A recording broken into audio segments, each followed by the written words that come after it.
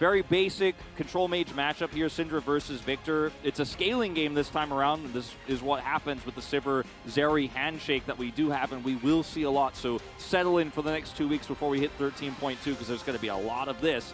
Because as was mentioned on the no longer carpet space earlier, when you have drafts where you can leave that Lucian open and see what happens, sometimes you see what happens, and this time they don't do that. We're going to go to the more boring scaling aspects of these drafts here. The fun draft to me of these two is the Syndra Gnar draft, because the complexity of how you set up team fights for the Sivir has good synergy, but I think it also showcases DKplus Kia's skill ceiling extremely well, and if played perfectly, I like their draft better. Yeah, I also, I just really like Sivir in compositions where you can utilize that movement speed effectively. They need those go buttons. I think Gnar works extraordinarily well with hitting your Gnar bar timing and then using on the hunt in order to be able to brute force that style of play at the time that you want to. So this is going to be the composition that we're talking about. Canyon can also set up a lot of those plays for them as well.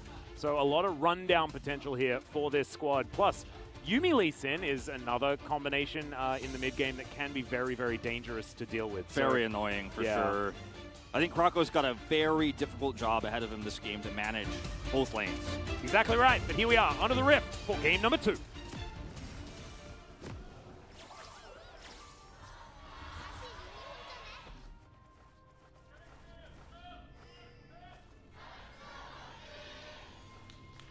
All right, I like it. We've got Rascal going back, choosing a different skin. He now has a real weapon. That is an upgrade. Jax is well and truly upgraded. Ready to do some battle with his pike. My favorite. Polearm, I think. Yeah, I think it's pike. a polearm. I think it's a is it? Let me get a closer look. Hold on, stop doing that, Rascal. Yeah, can we just check it out for a second? This is why we need Keystone in our ear, so that we can talk to him. Of course, fantastic observer, or Jonah Strong, of course, whoever is doing the work today. It's my favorite Victor skin also. It's the one I use, that Fate's using. I don't know what it's called. I never know the skin names, but it's my favorite. I like the one that Showmaker uses that makes him look like he's wearing insect scales. Yeah, that one's cool too. Mainly because I'm an old school Victor guy, and I believe that was the release skin that was slightly cheaper. I think, no, it wasn't. It was the expensive one. It was the 975 one. Expensive ones are usually the good ones, you know. Yeah, that is how they get you. That's how they get you.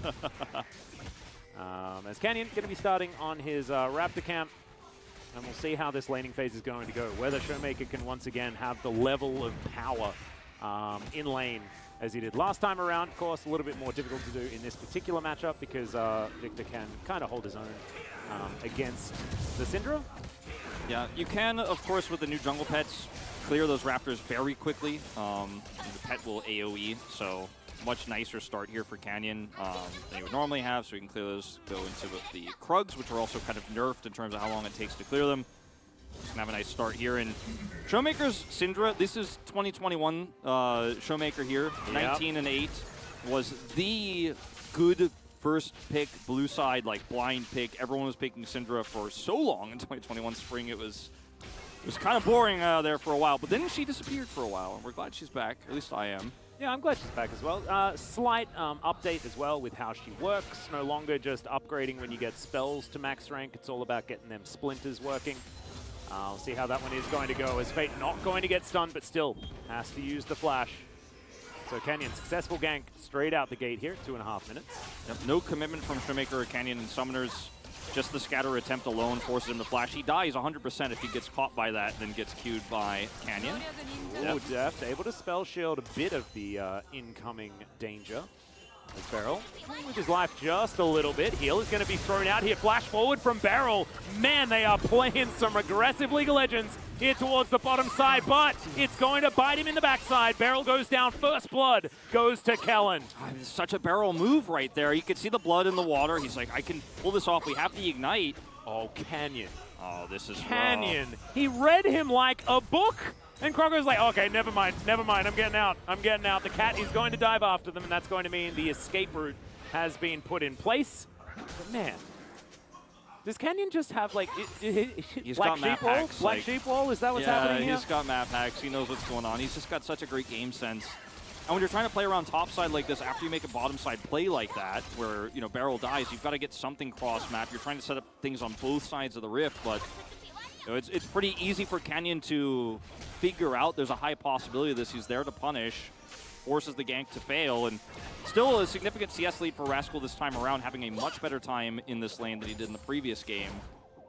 And remember, he forced Hop at level 1 last game. Yep. So very different game here, but he's having a much better job, or having a much better time this time around. But let's go back to this bottom gank, where Barrel is super low, and they heal to engage to put him into flash range here, but it just doesn't matter. Sivir's damage is too high at level 2. In the meantime, bit of a battle here as Fate's going to go down. That's the resonating strike. We knew that he was going to fall, but Croco not able to get anything in response.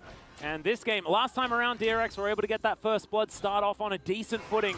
This time around, it's all DKplus Kia. All I can think about is that, you know, Barrel gank there, bottom side, the flash forward ignite, and I think this really, like, this is a matchup that normally goes pretty back and forth. You know, it's a slow, boring matchup where one player doesn't have insane prio, or one duo doesn't have insane prio. You don't actually have a massive amount of control, but because of that play, they actually do get a huge edge. As let's watch how this one started off. The scatter is dodged, but it forces Fate to kite left, where Canyon actually catches him, can connect the Q there, and just jump past Croco for the kill. Yep. Croco is going to now start his work on the Hextech Drake. So at least first Drake likely going over to DRX here, and of course, no one really in the... Oh, never mind. There is a control ward down, but it's just Kellen. So you can't actually you and me to a ward, and therefore he's not going to be able to get in there and try and steal it away or anything like that. Canyon nowhere near the vicinity. So, bit of good news here for DRX as they take down the Dragon.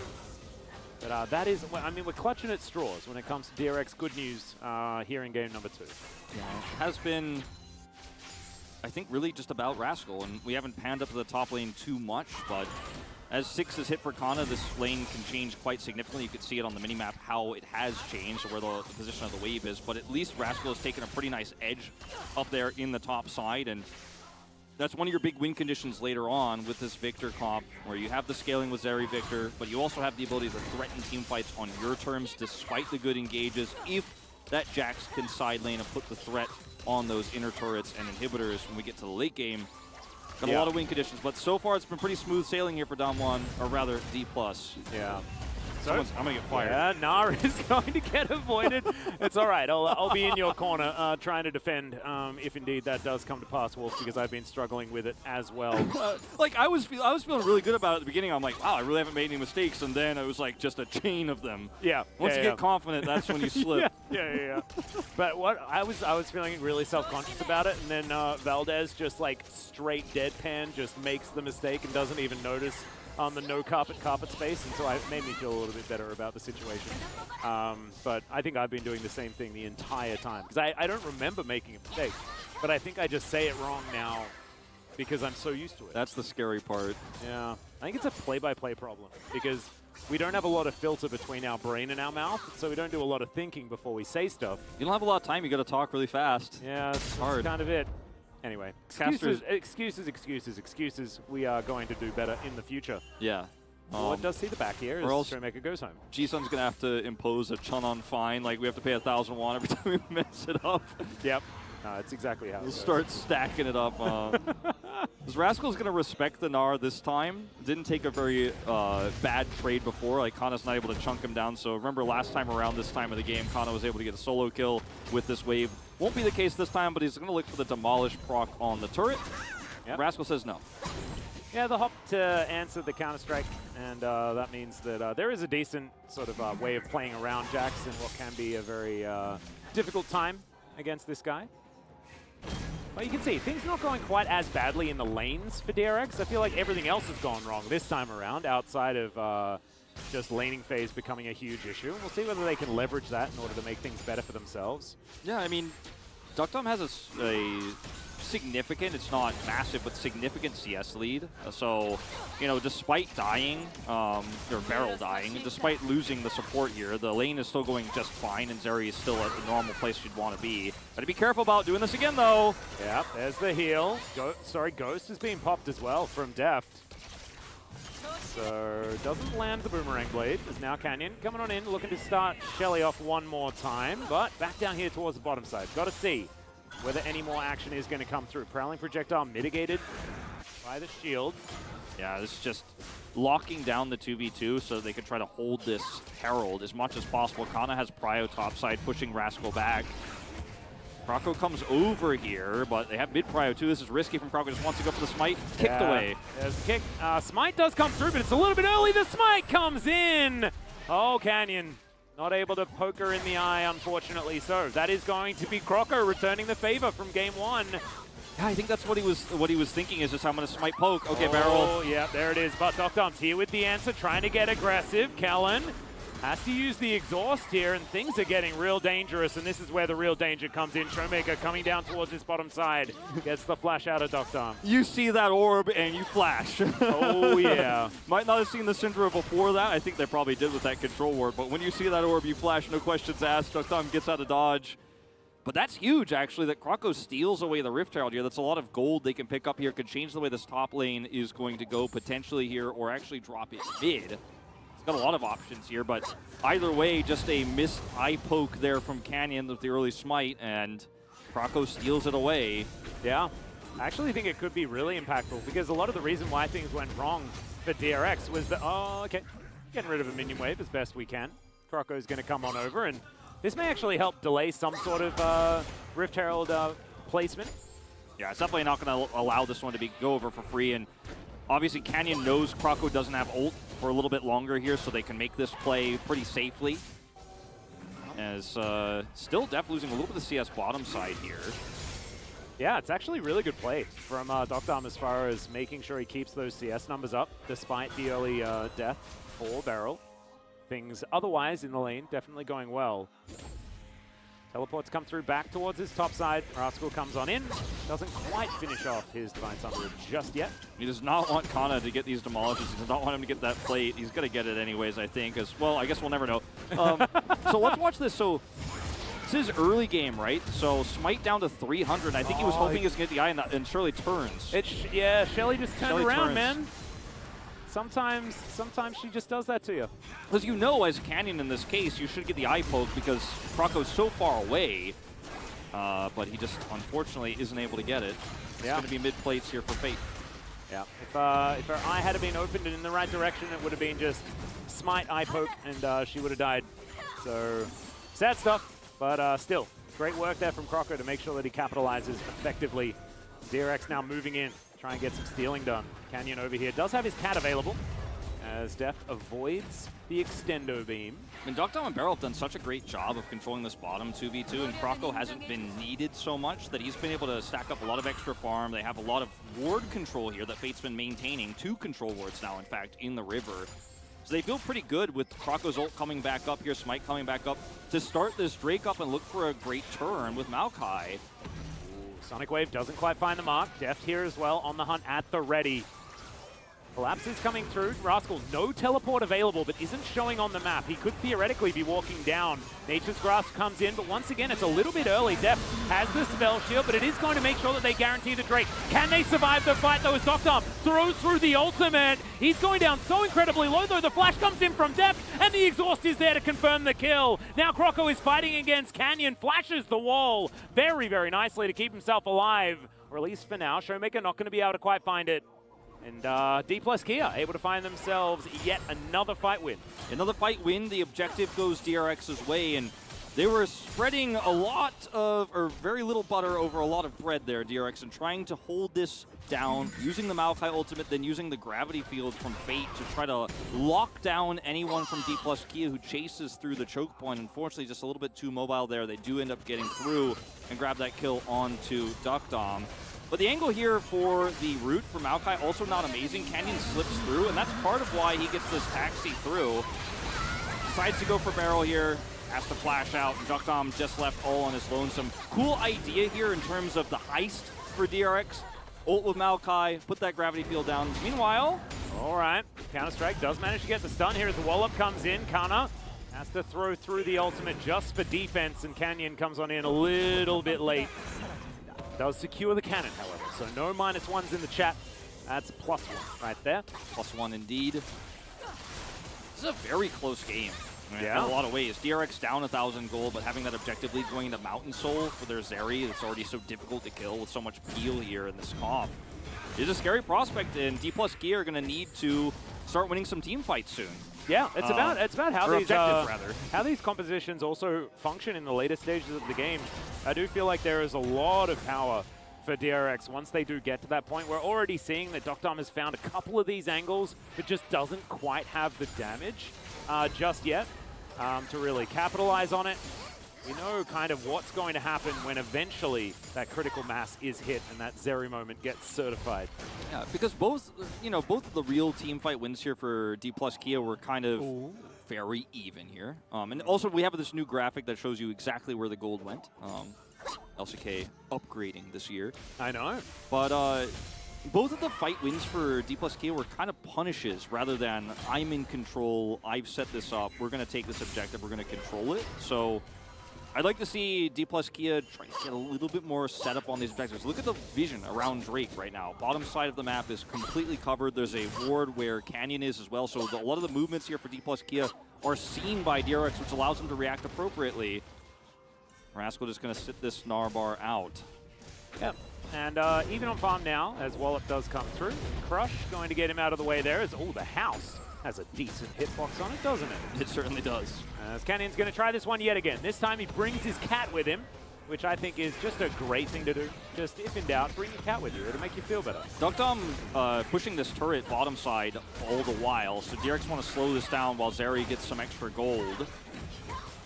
And Deft is just hitting, of course, the Herald itself, so not getting the same amount of CS, so Doctom getting a lot of value out of this.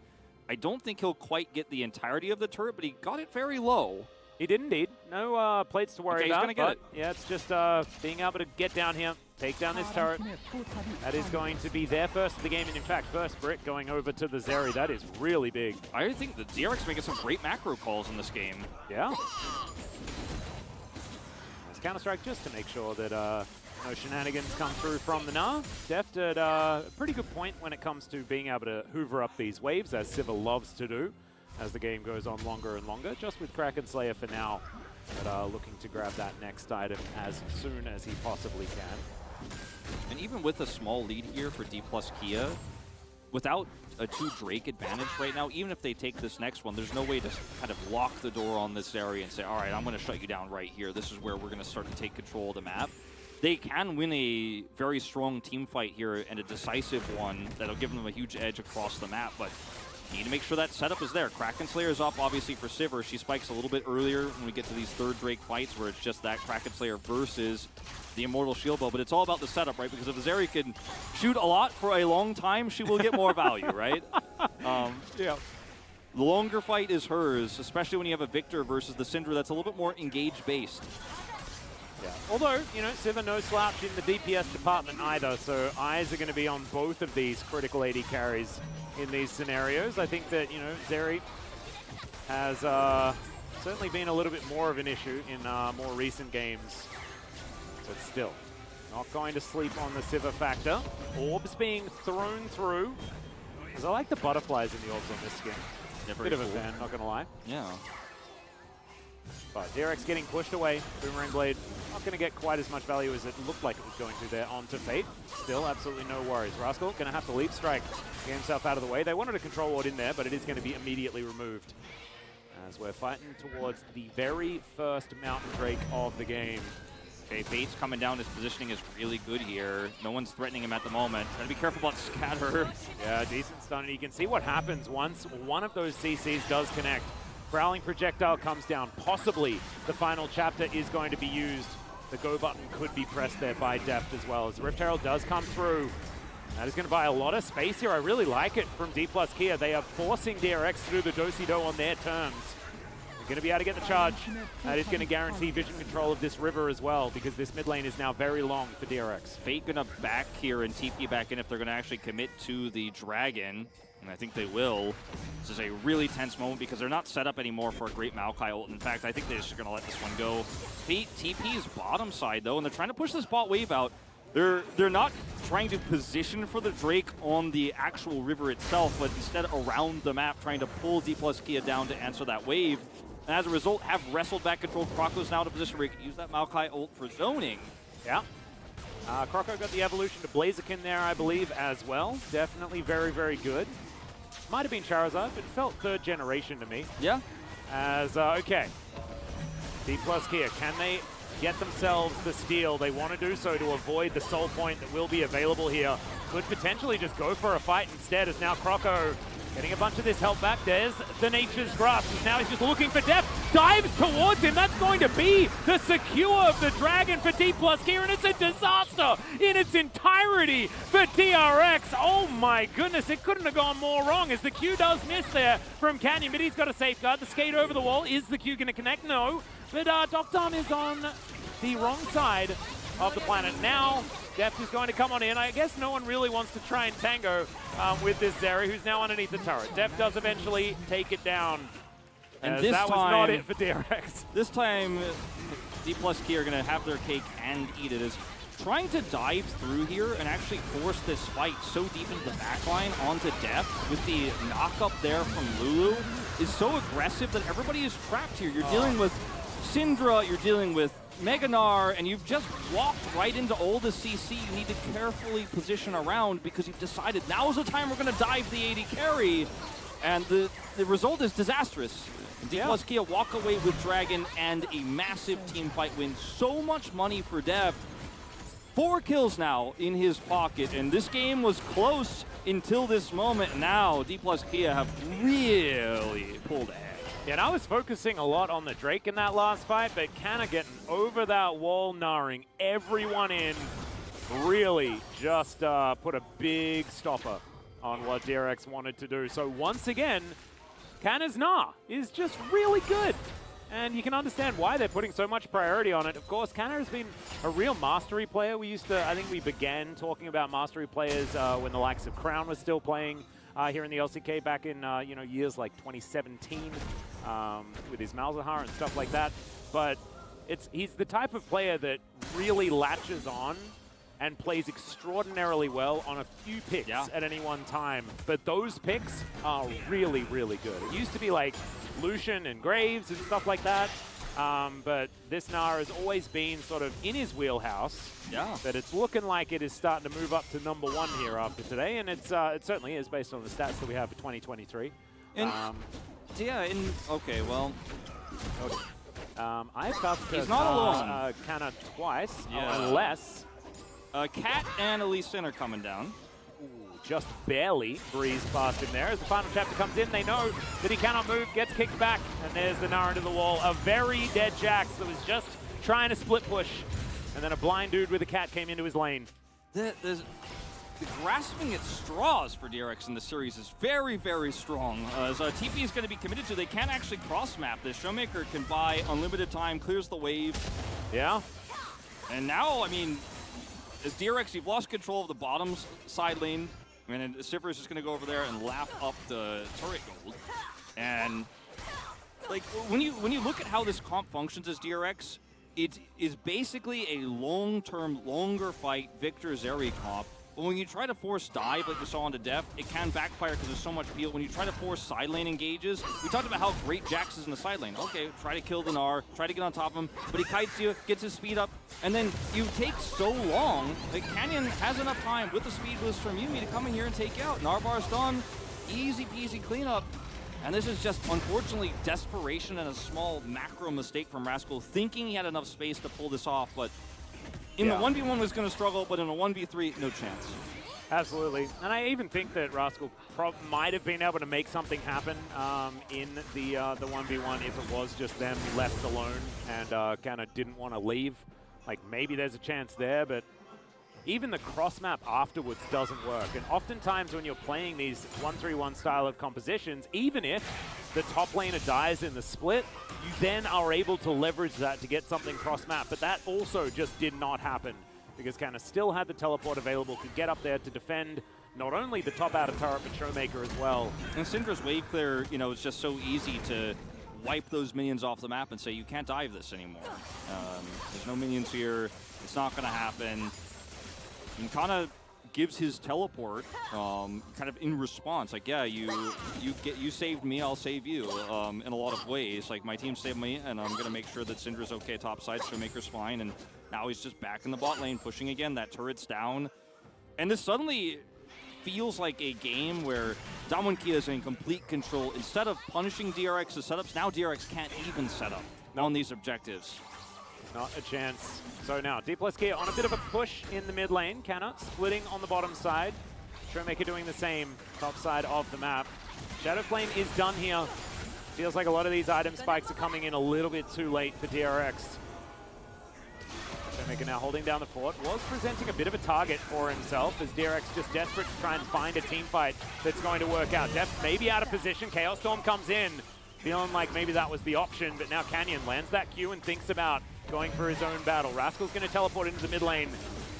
That is going to spell the end of the aggression. Decent amount of damage onto Beryl there with the Force of Will. Yeah, it's a support still going to eat so much just from Force of Will alone. Showmaker, level 14, but he is going to hit hard. And I don't even think he needs the true damage portion of the upgrade of that ability to do true damage to Beryl right now, as Rascal thinks like he's found Canna. Now in the back of this pit, a bit of the Thunderdome there happening, and Canna wants out. He's just going to bounce over that wall quite nicely. Remember, have we learned DRX? Going to have to play this one slower. Do not heavily commit to the back line, or you will be crushed by all the CC this comp has to offer, especially when Narbar is up. Got to play this one slow. Yeah, bit of a Rascal flank to come through here as well. Does have the ulti available if they want to go for something. Decent poke damage onto Showmaker there, as now we've got Meganar.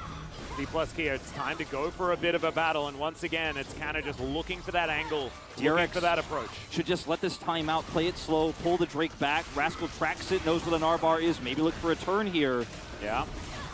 Now they can dive onto him, but Canyon's just going to dive over. There is the final chapter. It's a fair bit invested as they just boot him into the Dragon Pit. Nature's Grasp going to come through. Canna is out of this fight completely, but that teleport is just about to be back up yet again. And he can start recharging that Narbar one more time. He's going to go home, get that health back. DRX is going to desperately try and secure this dragon in the meantime. Fate going a little bit too far forward there, but does a lot of work onto Showmaker in that backline. Rascal now takes control of the Drake, but here comes Canna. He doesn't have any Narbar, but does he even need it? Fate is going to be taken down first. That's another kill for the Sivir. Canyon grabs another, and the Dragon is just going to be forgotten because DKplus here just want to kill all of DRX's members. It is finally going to be taken down here, but now it's hide and seek as DRX attempt to escape. It looked like the fight that would never end, but Kana surviving is massive. Comes in there, hops over the wall. He's not done yet either. He's got a Yuumi on his back, and he wants to make sure this is a full wipe. Rascal also out of luck, and this may be the beginning of the end of this game. Oh, there's the counter-strike. There he goes. 1,000 gold for the Jax. So that is definitely good news, but the good news is going to stop there for a moment because now Croco is circling the drain. There he goes. But still, Rascal, last man standing, is going to be able to pick up a bunch of extra money. Yeah, he picks up 1,000 gold, be able to, easily escape and go home here. I think he wanted to stick around for those extra minions, but Beryl said, nope, you're going home. I'm going to hold this wave. But this fight lasts forever, right? And DRX really got split and had to come around the back of this pit. And once again, it's this Rascal engage. He uses his cooldowns, and then Kana's like, you can't peel through your backline anymore. Jax can do nothing. Look at where Rascal is in this fight, and Kana's like, I'm back here, I'm full health, I got hop, I'm going over the wall. And DRX are trapped between a rock and a hard place. I know that's our favorite thing here to say on the LCK. Hey, first time of the year, though. Yeah, first series of the year, first time. Beautiful. Yeah, we would go to the end of this, and it's just really sad. But I think that Damwon are just so patient, even against the Victor comp, where there's so much long-term damage, the Victor can keep chipping away. Managed to get that kill as well. Okay. Rascal is at like 0 health. Let's see how this happens. Oh, Def just walks forward, and that's wow. Okay. Def was just like, but I can just hit him with one ability. It's fine. What is Jax? What does Counter-Strike do? I can still shoot him while he's doing that, right? It happens to all of us. It does. Happens to the best of us. Quite literally, it just did right then. We saw that. You have 1 health in League of Legends, you still do the same damage as if you have all of your health. Yeah. And if you can't die, you will do it if you can close that gap. Well, it's now 3 item Sivir, so as much as that was great for Rascal to grab the 1,000 gold from getting that kill. He is 100% of his team's kills right now. And that isn't a good thing. Sometimes that's a good thing, you know, because it's like, I've had such a great early game. Look at all these kills. Not so this time around, as DKplus just moving towards this mid inhibitor turret. The Baron is actually still alive, but they're still just going to try and break things open. Turret going to fall down towards the top side of the map. Good wall up there as Canna avoids the Counter-Strike stun. And the rest of DKplus Kia are on their way towards this top side. Canyon not wasting any time. Glitterlance is going to go wide. That actually might spell the death. No, it doesn't. As Canyon went for a bit more of the greedy Sonic Wave, aiming for Beryl. Scout of the week, not going to find Croco there. But this is going to be the end of this turret, and so much control around the Baron pit. DRX have one controller left in the pit, but it'll be cleared very quickly. And this becomes another jockey for position around an objective here. Canyon will likely go over there and clear that one out. I guess not. Yeah. Just not going to clear that one. But look, DRX's win conditions here are, once again, longer team fights around objectives. And at the beginning of the game, they were doing a great job of starting that poke war off with Fate and getting into position to chip away at the front line. Wait for Kana's Narbar, play it out slowly. The way they played that second major Drake fight was way better than the last time where they tried to dive in and kill Def, which failed miserably. But it still wasn't enough in the end because they chased so far towards Kana, and he escapes, that they're on the wrong side of the pit. Damwon, or rather DKplus Kia, actually get back control. And with the amount of control they have on the map, they can just, after resetting, group up here on Baron. We will hopefully see that ward cleared this time around. They just aren't going to check the pit. Yeah. But that's okay, it happens. And I mean, now as DRX are like, okay, we're looking for that third item, Zeri. Got that point now. Let's check that box. Yep. But need a real team fight where she actually gets to pop off and Kana doesn't actually control the entirety of the team fight. It feels like this has just been Kana's Gnar day. It certainly is. And he's been playing around his Narbar very well. I thought that at the beginning of that last battle, right, when Canna went down extraordinarily low, had to back, that was a possibility for DRX to get in there. They played around the Narbar very well. They saw it go off, and then they waited and waited and waited, and then went for the battle then. That's precisely what you want to aim to do, but the way that DKplus Kia just respect it, they back away as well. They make sure that they don't give away any dragons in the meantime, but it is all about playing around exactly when he can be powerful, because without that big Gnar to be that front line and to also threaten with that AoE CC, then DKplus Kia don't really have as much of a dangerous CC force in this composition, right? It's just, you know, like a Yuumi ult or an amazing Syndra. kick from Canyon or these scatters, but it's less the sort of big circle of death that you can have. It's Twisted Advance to get Croco in there, but immediately he wants to get out. The kick flash going to come through there, and Def handed yet another kill. And without the jungler, I think it might be Baron time, Wolf. I'm not entirely sure. I think you could be sure of that. A pretty bizarre call from Croco here to go in when his team is still managing that mid wave. At least they could trade it for Soul Point, but Soul Point's not even Soul. Feel really bad about this one as a DRX fan as Croco goes in alone. The rest of the team isn't there for a follow-up. There's just no vision, really, for what he's trying to accomplish there. He goes to the stun, the follow-up ult, and then you see Fate come through. Duck Dom's really close by. You can burst a lot of those health bars down, and even if Croco dies, you're like, okay, did all the health bars of damage, though, we can win the longer fight. Now, you've lost control of the game, and with these empowered minions, DKplus are going to at least take out this inhibitor, maybe more. Yep, and the back is going to be stopped here onto Duck Dom. He gets to skate over the wall, but that's so much of the damage taken away from the defense of the base. The inner turret is going to be taken here on the bottom side of the map as Canyon comes down. There is going to be a Jax to help defend for Duck Dom, but I think DKplus Kia might be equipped with a little bit more destructive power onto this base as Fate has to flash. I don't think it's going to be enough to save him here as Def gets yet another kill. He is on such a rampage right now, even though it isn't necessarily literally a rampage, and he's also just going to get taken down. The Jax turning up in the nick of time, and it feels like Def's one weakness is Jax. Yeah, it's been Jax getting into melee range of a Sivir. Somehow, it's happened twice, and 2 times Deft has died, as this time Rascal commits the flash to take him out, and very successful play there, shuts down the end of the game. These DRX can hang on, and they do have Soul Point, but can they get Kana? I don't think so. Not this time. Showmaker going to return the favor from earlier, teleport in to this turret to see what they can do. Zumi's going to come down, and the boomerang connects onto Croco. Hop to buy some space. Nice sidestep, but I don't think it's going to be enough to save Croco's life, who just gets electrocuted. My goodness. Croco, such a great aggressive player throughout his career. You know, we commentated him at the Kespa Cup, you and I. It was kind of one of the first looks of him. We saw him over the next 2 years of the LCK.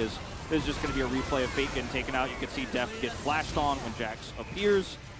But, you know, beyond some of the consistency we've seen from him in early games especially, you know, you compare him to a player like Dread. Very good at the early game. Super strong at snowballing games. You get to the late game, sometimes it feels like some of these engages are a little bit forced, and he's been punished so many times on this Maokai. 4 deaths now to his name, and DPlus, they're 7,000 gold ahead, and they're looking to end this game as quickly as possible. We're in a low state in terms of objectives here, but they still have 30 seconds left of Baron buff, and they're getting everything they can with it. One mistake from DRX, and this is a 2-0 finish. Yeah, the problem is that, yeah, it's Fate and Croco that just aren't really offering too much to this game right now. And Beryl also hasn't necessarily found too many of his big wild growth angles that he has found in the past. This base 100% in tatters right now as Def is looking for even more. Extendo Beam just going to get eaten by a spell shield. Def not showing too much fear so far, as we saw from his bounce with Rascal. And this Nexus turret not long for the world. Can DPlus here actually do it right here and confirm and solidify their first 2-0 win of the season? Final chapter comes in, going to be answered by a stopwatch being broken by Rascal, gets himself out of the way. The Unleashed Power comes in from Showmaker, so that's a button that isn't going to be available. However, it is going to spell the end of this Nexus turret as well. So naked Nexus now for DPlus to try and take down. Kanna charging up his Naba, but Lockdown actually does a fair bit of damage at this stage of the game. He has GA, so he can just engage and sacrifice his first health bar. Yeah, that's true. Just going to be that body into that front line. The wallop is going to be fantastic. Counter-Strike doesn't last forever, even though he wishes it could. As, oh no! Not quite enough to be able to take down the Jax there as Croco is going to fall. Canyon gets it as he's getting Bramble smashed away.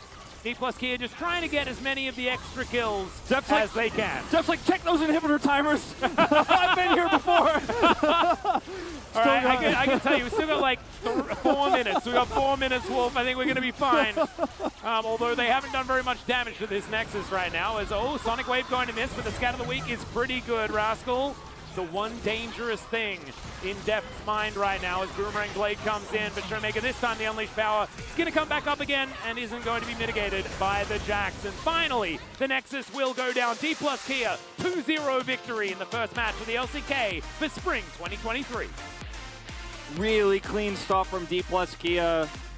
And with Kanna slotting in so well, sure, it was a very one champ look we saw from him both games in R into the Jax. One champion, one matchup. But he played all aspects of the game so cleanly. It's really refreshing, I think, for DPlus Kia fans coming to today's matchup. Perhaps worried about how long it's going to take for Croco, or rather for Kanna to slot into this team after we've had a revolving door of top laners. After Nuguri went to FPX, then you had Khan, then you had Birdall, then you had Nuguri back again, and now you have Kanna. And it feels like, are we ever going to have that